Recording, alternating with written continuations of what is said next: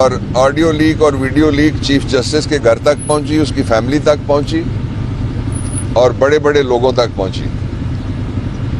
ये जो मुकदमा है आरे बाजार वाला, पहले तो ये है कि आइन के आर्टिकल 13 के मुताबिक और ज़ाब्ता फौजदारी में लिखा हुआ है कि एक ही केस 2 दफ़ा नहीं चल सकता।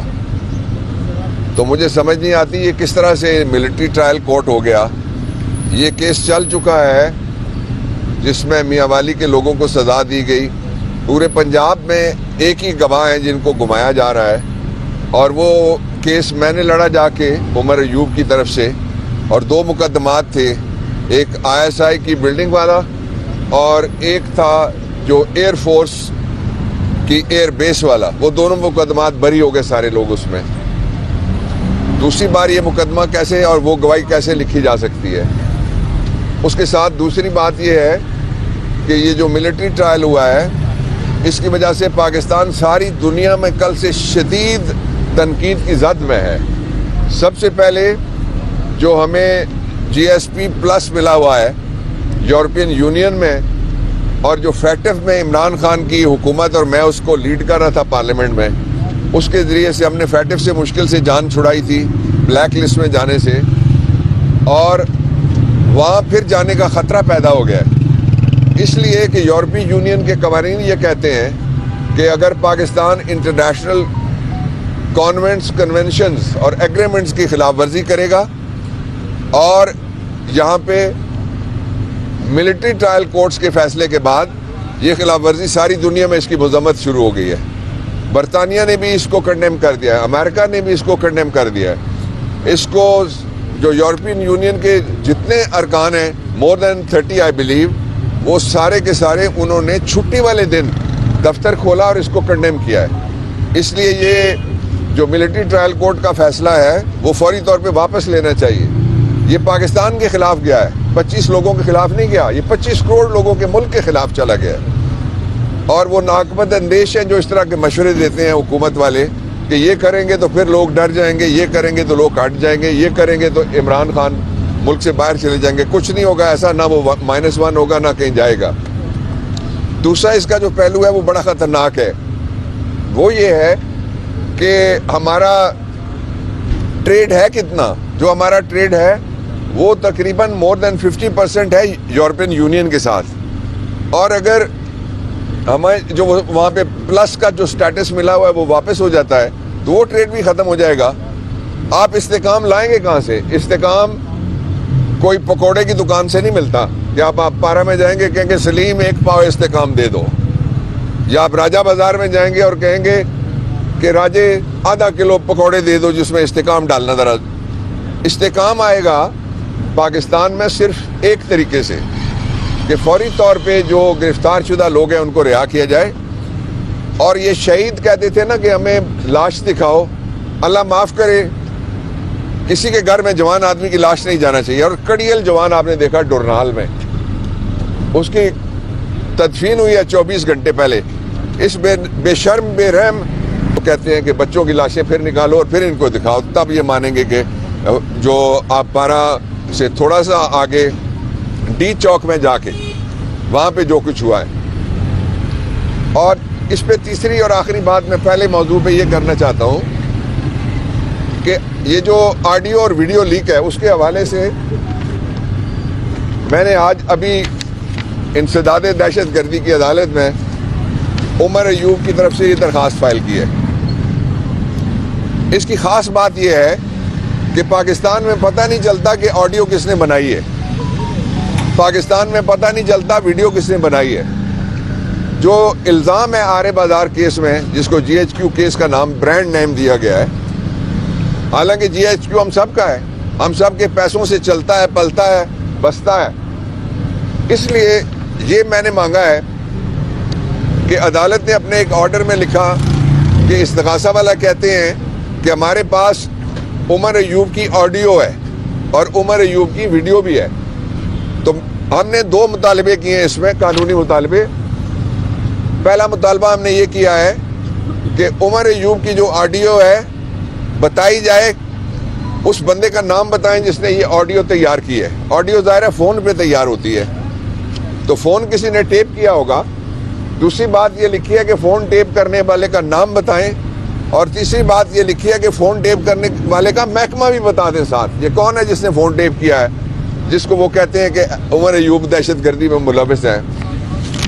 दूसरा, हमने वीडियो के बारे में भी यही कहा है कि हमें बताया जाए वो शख्स जिसने वीडियो बनाई है, और तीसरा हमने कहा है DVR दें जिससे वीडियो बनती है, फिर मुझे वापस आना पड़ेगा, I am sorry, military trial courts की तरफ। आपने देखा कि किसी मुकदमे में किसी जगह मिलिट्री ट्रायल कोर्ट्स के हवाले से जो चलने वाले केस हैं, लड़के दिखाएं, एक कुर्सी को लात मार रहा है, एक दीवार को डांग मार रहा है और एक डंडा लहरा रहा है। मैंने कहा DVR हमें दे। और चौथी बात जो मांगी है वो ये मांगी है हमने कि फौरी तौर पे हमें CCTV फुटेज दिए जाएं, और CCTV फुटेज हैं जिस जिस जगह पे वारदात हुई है, थैंक यू, जिस जिस जगह पे वारदात हुई है वहाँ CCTV फुटेज आप कहते हैं गायब हो गए, तो फिर ये जो जिन 25 बेगुनाहों को सजा हुई है उनके लिए कौन सी CCTV फुटेज थी तुम्हारे पास?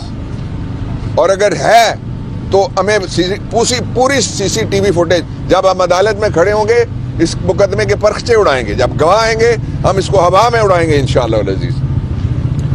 दूसरा जो मौजू है उस पर भी मुझे तवक्को है कि जज साहब हमें ये कॉपियां देंगे, नहीं देंगे तो हम सुप्रीम कोर्ट तक जाएंगे। दूसरा,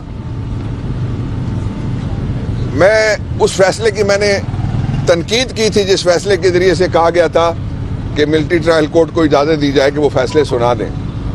आज बेगुनाहों को सजा हुई है और पूरी दुनिया उसके ऊपर बोल रही है।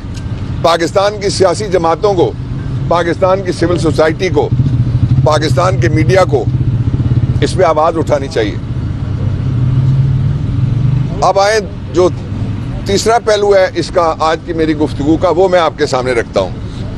कल इस्लामाबाद में मुलाकात हुई है, मुज़ाकरात नहीं हुए,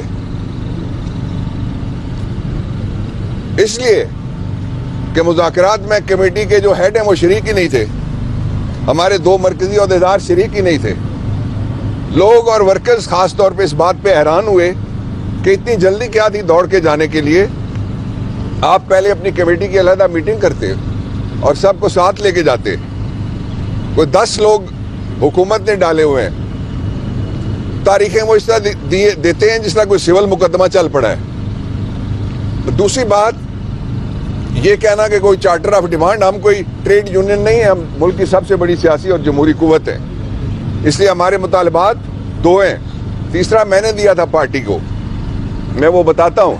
इमरान खान ने कहा है 9 मई के जो जितने भी वाक़यात हैं, और 9 मई शुरू होता है सुबह जब इमरान खान को अगवा किया गया अदालत के अंदर से,